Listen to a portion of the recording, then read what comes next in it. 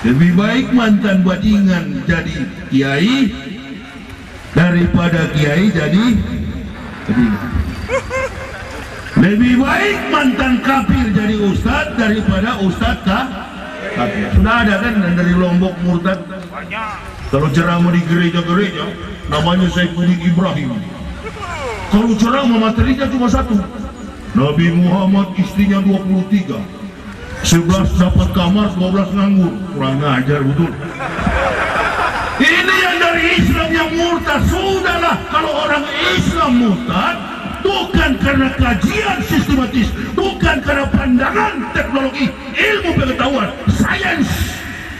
Penelitian mereka selalu berpusat pada isi perut. Kalau bukan karena Indomie satu bungkus, beras satu liter, kelepat, murtad. Aceh merupakan pertanggungjawaban yang besar terhadap Islam di Indonesia. Kenapa? Kalau Islam di Indonesia dia terpuruk, beban moral yang paling besar di pundak masyarakat Aceh. Kok begitu? Bukan di Jawa, bukan. Karena pertama kali Islam datang di Indonesia dari Aceh.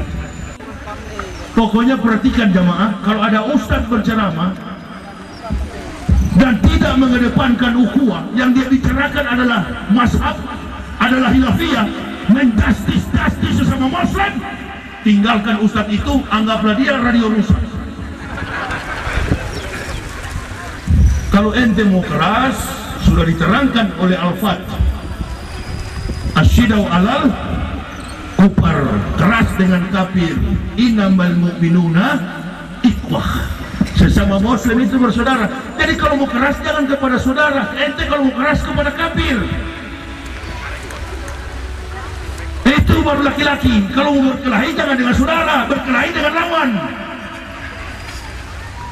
Dikit-dikit bidah, dikit-dikit kafir, dikit-dikit bidah. Ulama ini salah, ulama itu betul, ulama itu betul, ulama ini salah. Kacau Islam. Sebelum kita lanjut, jangan lupa like, comment, subscribe, dan nyalakan notifikasinya agar tidak ketinggalan info terbaru lainnya. Semoga bermanfaat. Keterbatasan seorang pendakwah dalam merampung kemampuan ilmu Islam. Ilmu Islam itu bukan karena hafal 30 juz. Orang Islam yang hebat itu bukan karena jago pidato. Orang Islam yang hebat bukan karena pejabat. Orang Islam yang hebat bukan karena di kepalanya bersarang ribuan hadis. Orang mukmin yang hebat adalah pandai dan pandai bersyukur. Makanya kalau kita sudah dilihat kubur baru sadar. Kemarin saya hadiri pemakaman Pak Profesor Dr. Habibie, Baharudin Habibie. Saya sempat intip, ada bawa pesawat enggak ini?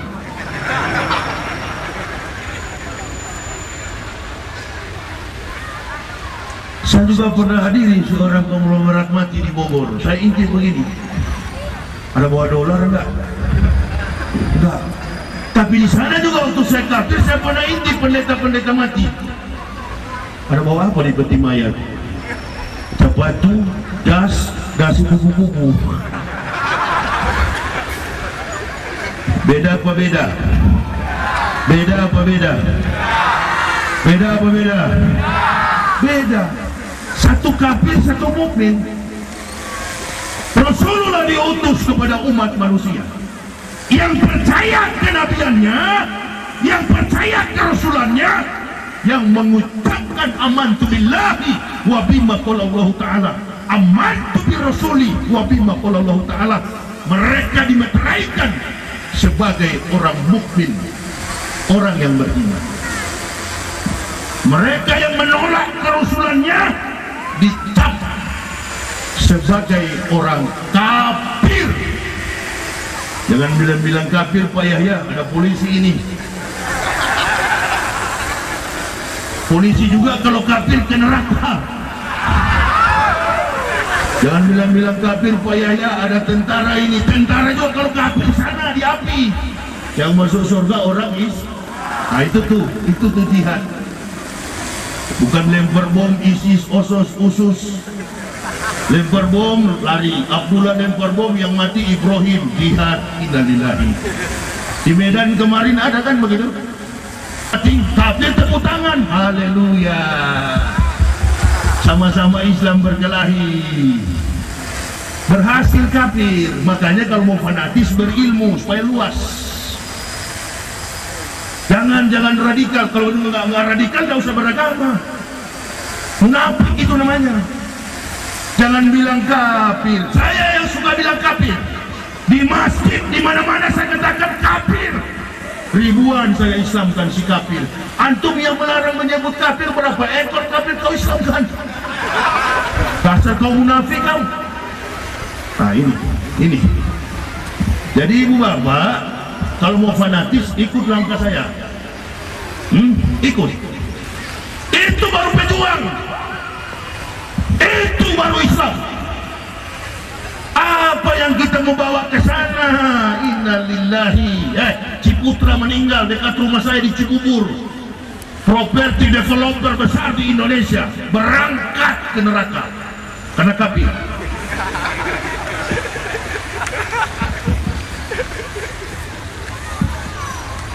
Meninggal dunia tukang beca, ditanya KTP. Kata malaikat di sana kan, malaikatnya kalau orang Aceh meninggal diinterogasi sama malaikat Aceh. Nama Mursid Abdullah, asal Lok Sumawe, Samkalira Bayu. KTP periksa, akan diperiksa nih KTP.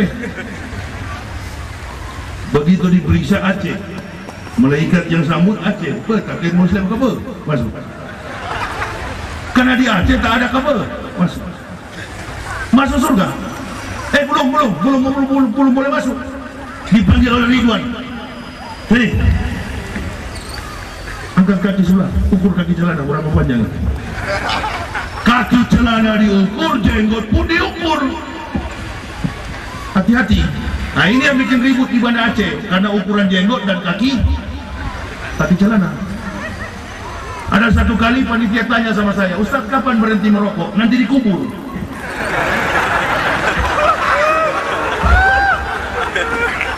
Kalau saya ceramah begini nggak usah munafik, silakan merokok. Munafik itu justru bahaya lebih daripada merokok. Silakan mainkan terus. Kalau di masjid jangan. Ustaz kapan merokok? Nantilah kalau sudah dikubur. Tak merokok, coba saja panitia tidak kasih rokok. Saya ceramah 15 menit, wabillahi taufiq wal hidayah, turun.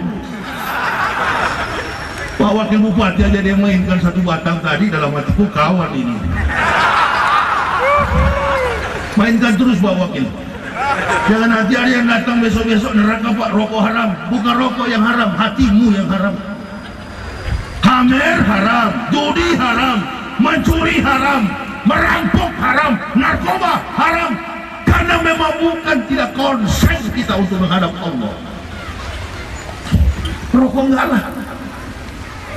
Saya tarik satu 5 bungkus satu hari, 5 bungkus rokok. Sudah berapa batang saya habis di belakang tadi. Ini kalau lambat sedikit Pak Wakil sudah hilang saya dari situ. Apalagi ada pesawat dari Lok Sumawe ke Medan langsung Jakarta. Tunggu saja kalian. Kalian datang ini bukan kaleng-kaleng. Sudahlah bicara. Alhamdulillah kalau tidak merokok. Tidak merokok, alhamdulillah. Secara ekonomi lancar. Tidak ada pengeluaran. Apalagi harga rokok mau naik. Jangankan rokok, BPJS aja naik. Semua BUMN ditilep, itu yang haram. Uang asabri ditilep. Apalagi? Janji Pak Jokowi kemarin, Masya Allah, apabila saya jadi presiden, kata Pak Jokowi, pengangguran pasti dibayar.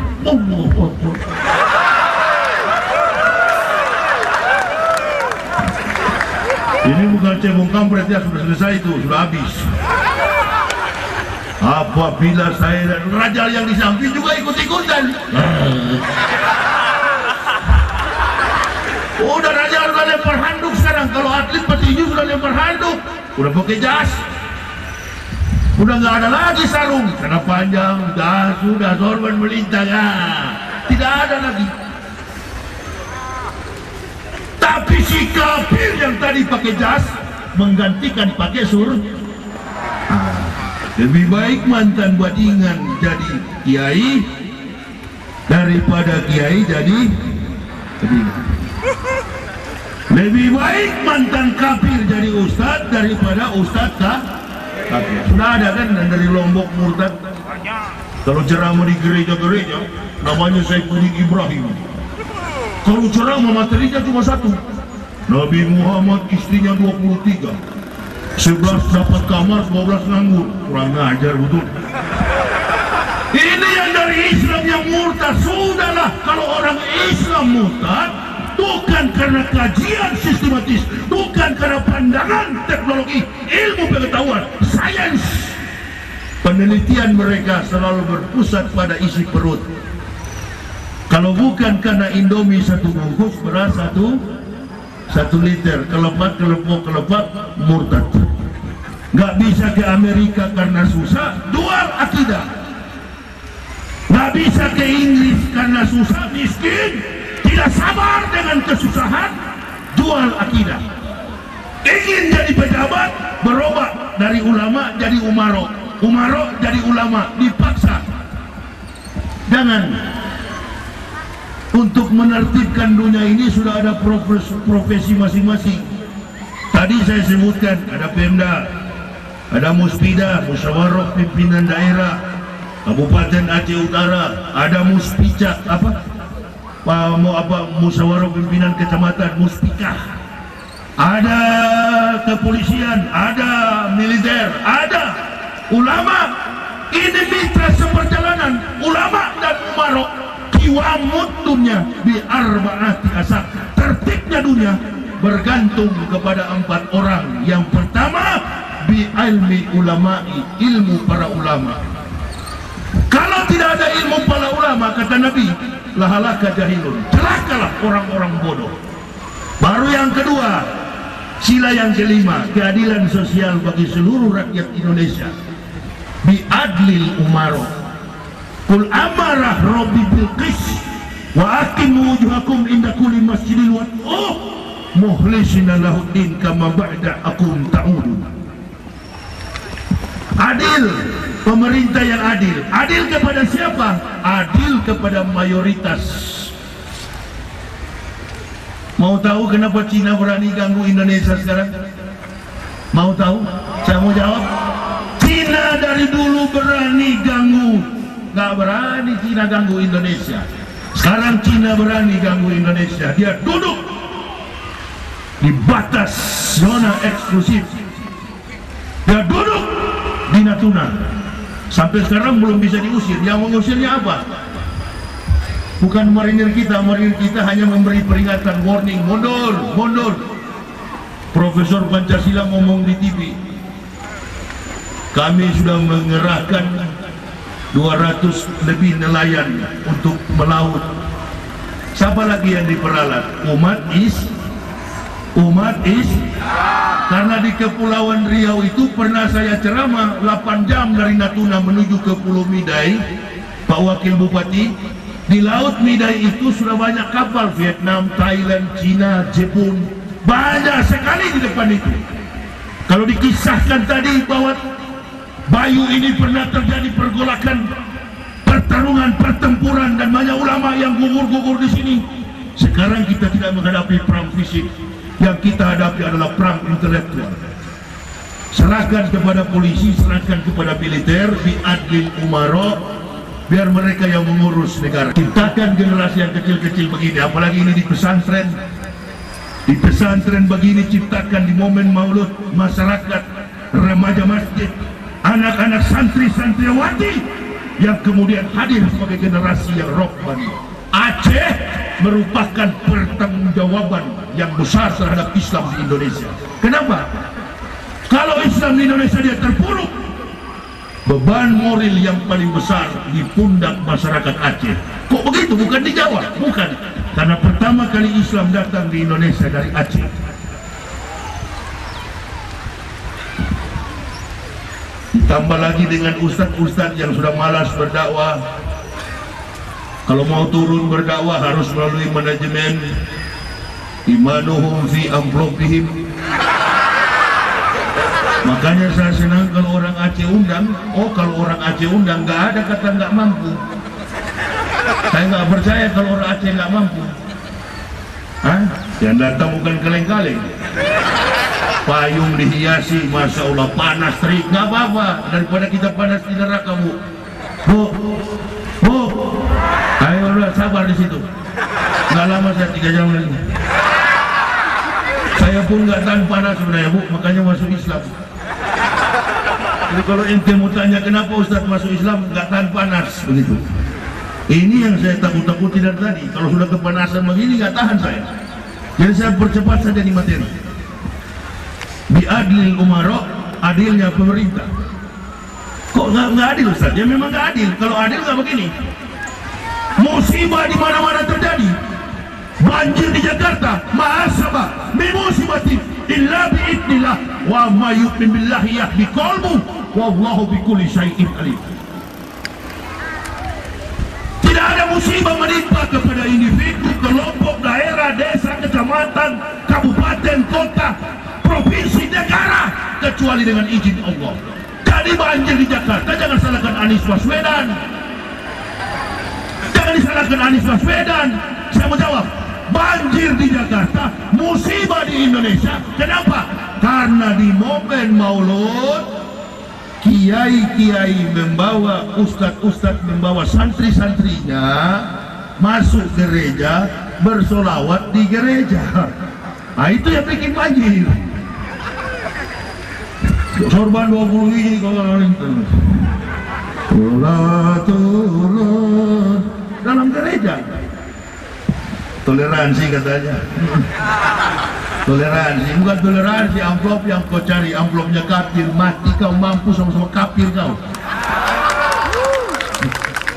Lebih baik mati lapar saya daripada memakan harta kafir. Makanya kalau Aceh undang senang saya, tidak mungkin harta dari kafir. Tidak ada kabel. Oh, ini transfer cepat itu, masuklah ke Ustadz Yahya. Begitu masuk, nggak mau naik tiket ekonomi. Ustadz bagaimana? Bisnis. Ngapain mau naik ekonomi? Dulu di sana ekonomi, di sebelah saya Matius. Ah, kafir. Dia cerita nanti, tuh Yahya masuk Islam, dulu naik kelas, sekarang dia naik ekonomi. Agama lagi jadi rendah. Bukan soal saya, agama jadi rendah. Ustadz bisnis paling depan. Di bandara, di mana-mana, saya pilih Ustadz, saya tinggal capek saya. Tadi pun juga saya batasi. Pikir-pikir dakwah begini keras di mana-mana di YouTube, saya kira orang benci, sayang orang. Coba kalau yang datang, iya kan, sorban putih melintang di kepala seperti ban Vespa, kibulin. Kibulin. Nah, aku mau balik masuk gereja. Ini yang bikin musibah, Pak Wakil Bupati. Ini yang bikin musibah. Kalau di Aceh nggak jadi masalah, nggak ada kafir. Cuma ini persoalannya sesama Muslim. Datang 1-2 orang mengerti hadis, pulang dari Makkah dan Madinah 2-3 tahun, tahu balaghah Arabik, ditipu kita dengan bahasa Arab. Tidak apa-apa, bahasa Arab itu orang Arab belum tentu paham Islam, belum tentu. Tidak semua orang Arab beragama Islam. Ada juga yang kafir di Arab sana beragama Kristen, Mesir, Koptik. Nah jadi kita jangan melihat itu. Lihatlah ulama-ulama yang ada di tempat. Saya datang ke sini habis ceramah, Ustaz, ayo kita berkunjung silaturahmi. Kemana? Kuburan Syekh Malik Musaleh, ulama besar Aceh. Pergi ke sana silaturahmi. Kenapa? Karena saya tidak pernah menganggap Syekh Malik Musaleh ini meninggal. Al-mu'minuna la ya'mutuna bal yunqalun. Orang mukmin tidak pernah mati tapi pulang kampung. Bukan menyembah kubur. Nah, datang golongan-golongan yang 1-2 hadis dia tahu, dia datang di situ, dia boleh hantam tuh ulama. Ini kalau kafir lihat gagal sekali ini. Ah, mantap Ustaz Iban. Kerjaannya suka macam-macam belah umat Islam. Saya begitu masuk Islam nggak peduli. Orang kunut saya ikut kunut. Allahumma adina fiman hadait, amin. Wa fiman afait, amin. Wa tawallana fiman tawallait, wa barik lana fiman, wa qina bi rahmatika syarrah ma qadait. Saya aminkan di belakang. Karena kunut menurut ulama NU doa, Nasraniyah doa, Al-Wasliyah doa. Orang yang tidak kunut, Muhammadiyah dan lain sebagainya, saya juga aminkan, lebih cepat, lebih bagus. Kenapa ente berkelahi? Pokoknya perhatikan jamaah, kalau ada ustadz berceramah dan tidak mengedepankan ukhuwah, yang dia bicarakan adalah mazhab, adalah hilafiyah, menjustis sesama muslim, tinggalkan ustadz itu, anggaplah dia radio rusak. Kalau ente mau keras, sudah diterangkan oleh Al-Fat, asyidau alal kufar, keras dengan kafir, innamal mu'minuna ikhwah, sesama muslim itu bersaudara. Jadi kalau mau keras jangan kepada saudara, ente kalau mau keras kepada kafir, itu baru laki-laki. Kalau mau berkelahi jangan dengan saudara, berkelahi dengan lawan. Dikit-dikit bidah, dikit-dikit kafir, dikit-dikit bidah. Ulama ini salah, ulama itu betul, ulama itu betul, ulama ini salah. Kacau Islam. Dan kalau sudah begini, Islam yang akan rugi. Masyarakat terpecah, pemerintah menurunkan fatwa, polisi bingung bekejar-kejaran. Sementara maling sudah mengincar jendela rumah kita, parkiran. Diambil oleh maling, kita ribut berkelahi di masjid, padahal motor sudah dibawa. Motornya ke Polres lagi. Berhentilah. Surga yang bagaimana kita mau cari? Surga yang bagaimana? Saya bilang sama istri saya, anak saya, kita masuk Islam nggak usah ambisi masuk surga. Surga tidak bisa diambisikan. Al-jannatu mustaqatun ila arba'ati nafarin, talil Quran wa hafidil lisanu mutimul ji'ani wa sa'imina bisyahri Ramadan. Surga merindukan 4 manusia. Jadi kita nggak usah rindu ke surga, biar surga yang rindu ke kita. Yang pertama talil Quran, suka membaca Quran.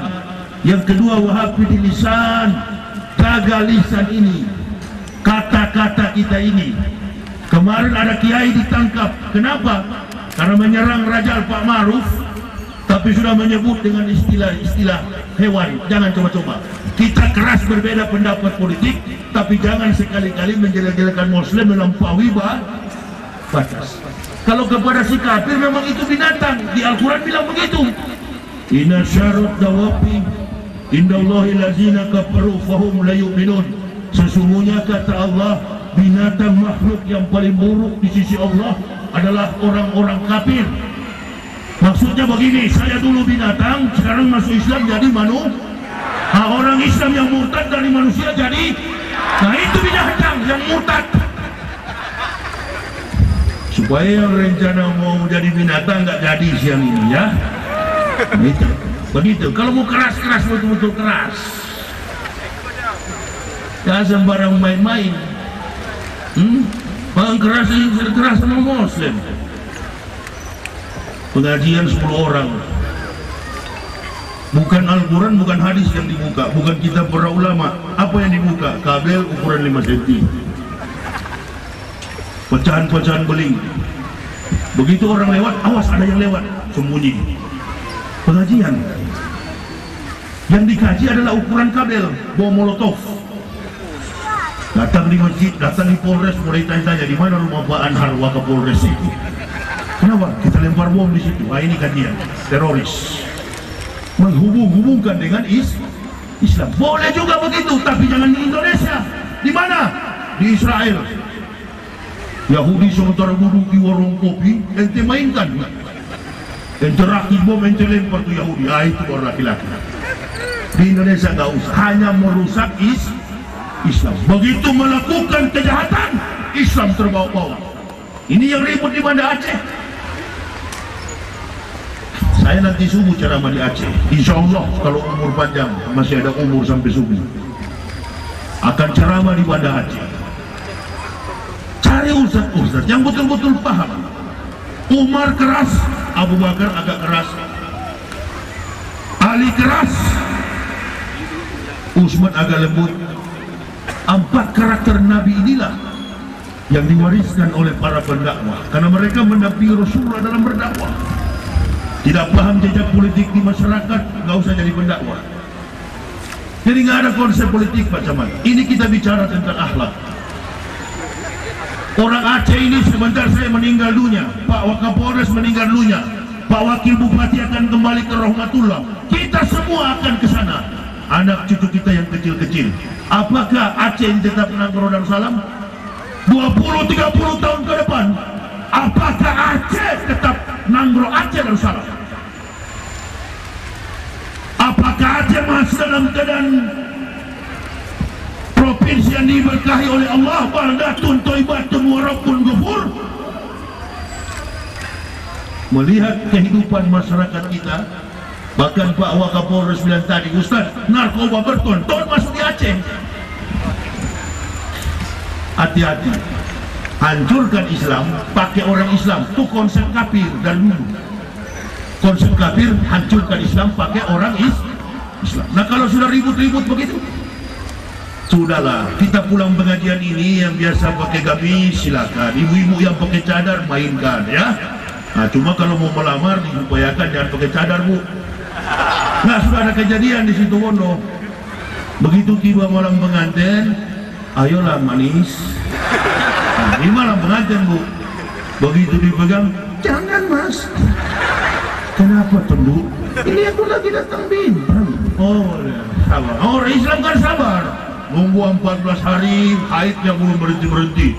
Diminta sama laki-laki nggak dikasih juga. Dipaksa sama yang laki-laki. Ini suamimu, kau istriku, buka. Dipaksa buka. Allah Akbar, ternyata batang dengan batang. Bencong rumah-rumahnya. Oh maaf ya, karena waktu melamar kan diinterview sama Mata Najwa, diinterview sama Metro Tipu. Ditanya kenapa nggak tahu Mas? Bukan nggak tahu loh, Pak. Waktu melamar itu dia pakai cadar. Oh iya ya. Oh. Jadi rupanya karena pakai cadar, makanya terkelihatan kalau dia laki-laki. Nah ini hati-hati. Makanya kalau pemerintah katakan di kantor buka dulu cadar, nggak apa-apa, mengalah saja dulu 8 jam, kata Pak Parurosi, Menteri Agama. Saya bukan Menteri Agama Islam, saya Menteri Agama Republik Indonesia. Siapa juga yang mau suruh kau mengaku? Mulai dari atas sampai ke bawah bahasanya politik. Jangan pakai bahasa politik dalam mendidik akhlakul karimah umat. Pakailah bahasa-bahasa akhlakna. Masya Allah. Itu. Jangan pakai. Sudah pemerintah berhenti. Pemerintah katakan jam 8 jam dinas, lepas cadar. Lepas cadarnya lepas. Nah, begitu pulang kantor pakai lagi. Nah, waktu mau melamar jangan pakai cadar. Nah itu. Nah, waktu mau melamar, Bu, dia pakai cadar. Tutupkan begini. Namanya Aminah. Begitu mau menikah, Masya Allah dibuka. Hancur rupanya. Ini ada baiknya juga pemerintah kira-kira begitu ya. Tapi kalau boleh saya sarankan, pemerintah stoplah urus-urus yang begitu, kaki celana, cingkrang, itu kan urusan dai. Saya sudah bilang berulang-ulang di ceramah di YouTube ada. Begitu orang Islam mati, meninggal dunia, wafat, kembali ke rahmatullah, 7 langkah malaikat datang, orang melayat pulang, datanglah makhluk mungkar dan nakir akan bertanya. Waktu di dunia Islamnya apa? Oh saya kebetulan NU Pak. Oh kalau NU dek surgamu agak di kanan, Alfamart belok kiri. Nggak ada itu. Malaikat tukang ukur jenggot, tukang ukur kaki celana itu nggak ada. Itu apa? Muhammadiyah. Oh kalau buat surga Muhammadiyah, surganya kiri belok kanan. Ada turun lagi fatwa, Muhammadiyah melarang rokok vape. Vape. Sudahlah urus aja lah Toto Santoso, sudah Empire. Karena rasionalitas berbangsa ini sudah kehilangan akal sehat.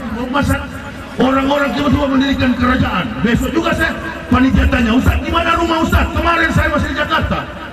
Panitia tablik akbar Isra Mi'raj bulan Maret. bertamu ke rumah saya, lagi nonton TV saya, yang nonton Sunda Empire, Sunda Empire. Begitu datang panitia, saya Ustaz minta alamat, saya kirim, inilah keraton saya. Saya bilang istri saya, Dek, apa Pak? Yuk kita bikin kerajaan. Kerajaan apa, Dek? Kerajaan apa, Pak? Kerajaan surga. Saya yang jadi raja, kamu jadi permaisuri. Tapi kita bukan naik kuda, naik apa? Naik angkot. Ini masyarakat kita memang kata Nabi, wa ahlu rustaqi bil jahli. Orang kampung karena bodoh. Ikuti saja ulama, ikuti saja pemerintah. Mana yang versinya pemerintah, mana versi ulama. Ulama tetap ulama, pemerintah tetap pemerintah. Jangan dibolak-balik. Ulama mau jadi pemerintah, pemerintah mau jadi ulama. Supaya masyarakat ini tertib. Hati-hati kita. 10-20 tahun ke depan, jangan-jangan besok-besok pejabat-pejabat kita biar di Nangro Aceh Darussalam sudah berubah. Kapolresnya sudah beragama Katolik, Dandimnya sudah beragama Hindu. Ini jangan ketawa, dari sekarang kita bersiap-siap. Pendakwa juga tidak usah ada interest lain, kepentingan lain kecuali kepentingan ukhuwah Islamiyah, tegaknya Islam di masa yang akan datang.